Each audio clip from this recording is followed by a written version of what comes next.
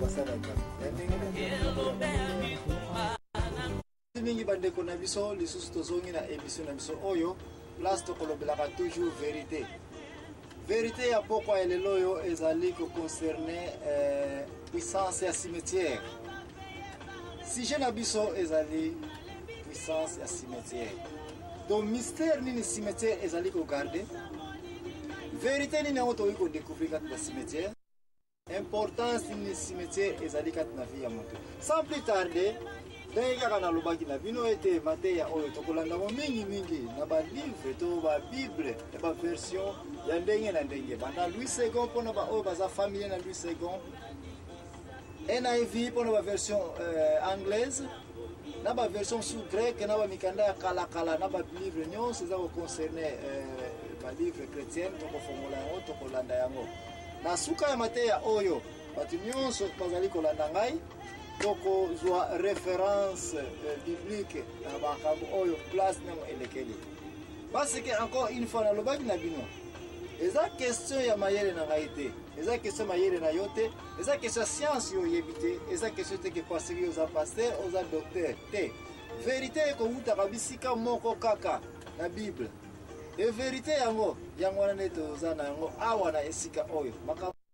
nyonso tokoloba tokotante au nom de Jésus ezalaka ka vérité. D'où introduction na biso to prologue na biso kati na mateya ya lelo yo tozoko banda yango na mokanda oyo ya 1 Roi chapitre 2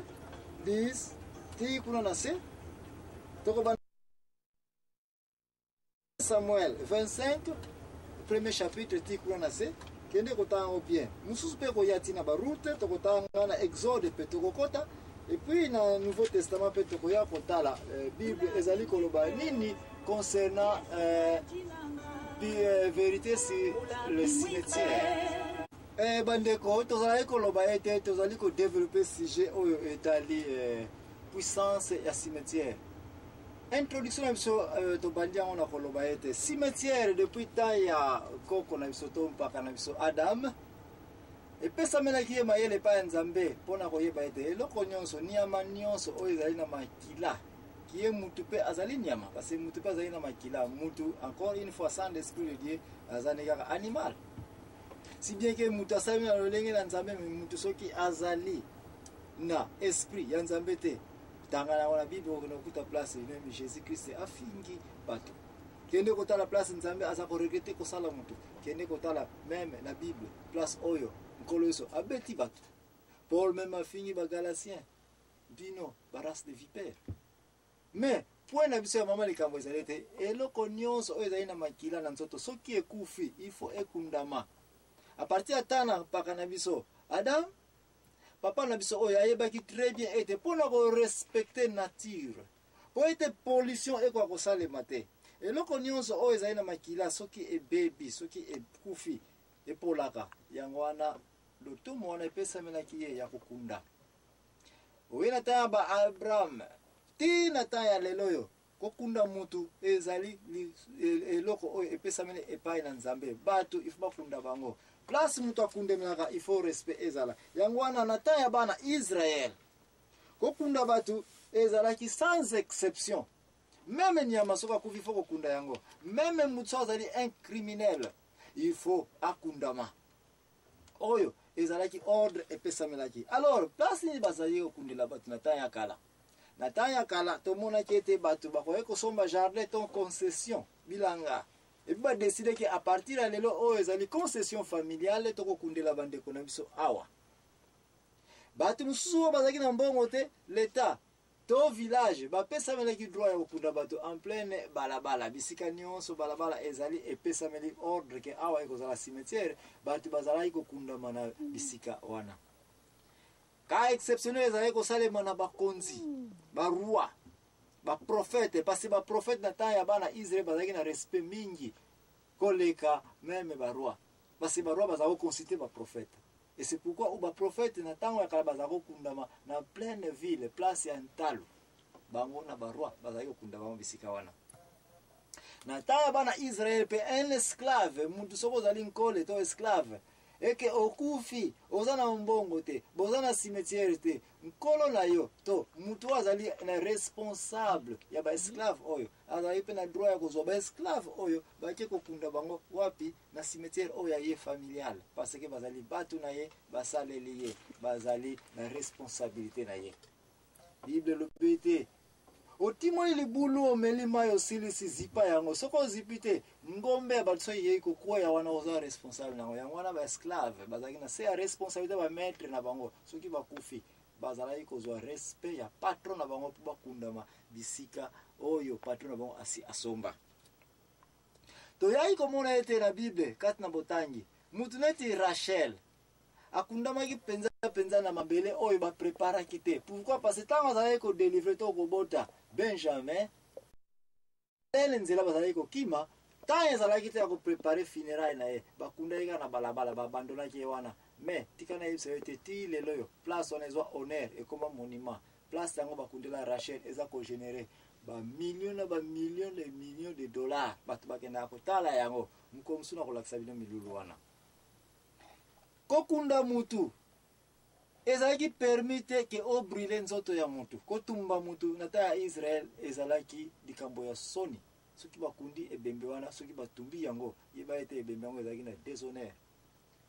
kato eko mona na kaya bana ya roi Saoul na roi Saoul ye mokotanga kufaki bakundamaki sans honneur. Pourquoi? Parce que libot Saoul ba mona na ki ete bazangaki respect na ba mabota ya batu misusu.